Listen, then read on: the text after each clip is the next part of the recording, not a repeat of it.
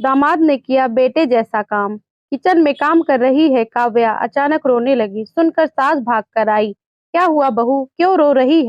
कुछ तकलीफ है? विनोद ने कुछ कहा। एक ही सांस में सब पूछ लिया। नहीं माँ, कोई तकलीफ तो नहीं है। और ना ही किसी ने कुछ कहा। तो फिर क्यों रो रही है? माँ, मैंने अभी अपनी मम्मी को कॉल किया। वो पापा को लेकर हॉस्पिटल में हैं। कल रात अचानक उनकी तबीयत खराब हो गई। पड़ोसियों की मदद से तो हॉस्पिटल लेकर चली गई, लेकिन अभी अकेली है तो घबरा रही है।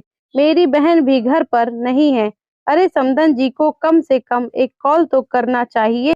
अच्छा ठीक है, तुम पहले रोना बंद करो और खाना बनाना छोड़ झटपट तैयार हो जाओ, हम दोनों चलते हैं।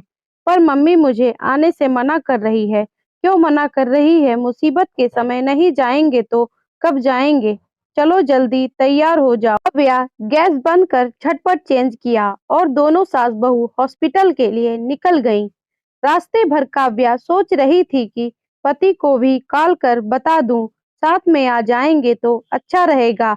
वो बार-बार सास की ओर देख रही थी, लेकिन कहने की हिम्मत नहीं हुई और ना ही उनके सामने फोन करने की।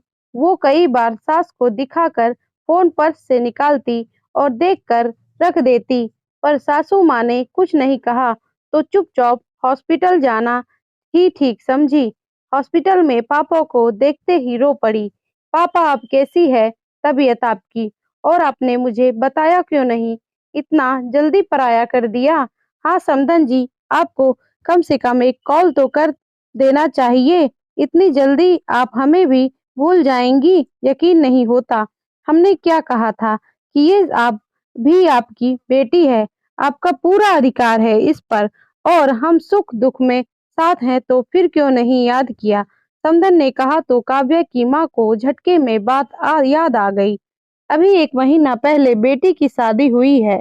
विदाई के समय जब वो बहुत रो रही थी, तब समधन ने हाथ पकड़कर कहा था, ज्यादा अधीर मत होइए काव्या, अभी भी आपकी बेटी है और आपका पूरा अधिकार है उस पर, और हम सुख दुख में एक साथ हैं। याद कर चेहरे पर मुस्कुराहट आ गई। हाँ समधन जी, आपकी बातें याद हैं, पर हमने सोचा कि क्यों आपको और बिटिया को परेशान करें। भला इसमें कैसी परेशानी, और अगर थोड़ी बहुत परेशानी भी हुई तो बुरे वक्त में साथ तो नहीं छोड़ सकते। आपने बिल्कुल सही कहा समधन जी। यही सब बातें हो रही थी कि विनोद आ गया। दामाद जी आप यहाँ? काव्या भी चौंक गई। मैंने तो कहीं नहीं कहा। फिर ये कैसे आ गए? किसने बताया? सवाल भरी नजरों से माँ को देखने लगे। मैंने बताया बहू, जब तुम चेंज कर रही थी तभी मैंने कॉल किया कि सीधे हॉस्पिटल आ जाओ। सुनकर काव्या को बहुत खुशी हुई। कुछ देर तक सब बैठे बातें कर रहे, तभी डॉक्टर आ गए। पूछने पर बताया कि घबराने की बात नहीं है, बस इनका खान पान असंतुलित होने की वजह से बीपी शुगर बढ़ गया था। 1-2 दिन में डिस्चार्ज हो जाएंगे। सुनकर सबको तसल्ली हुई। ठीक है बहू, तुम दोनों रुको, मैं निकलती हूँ।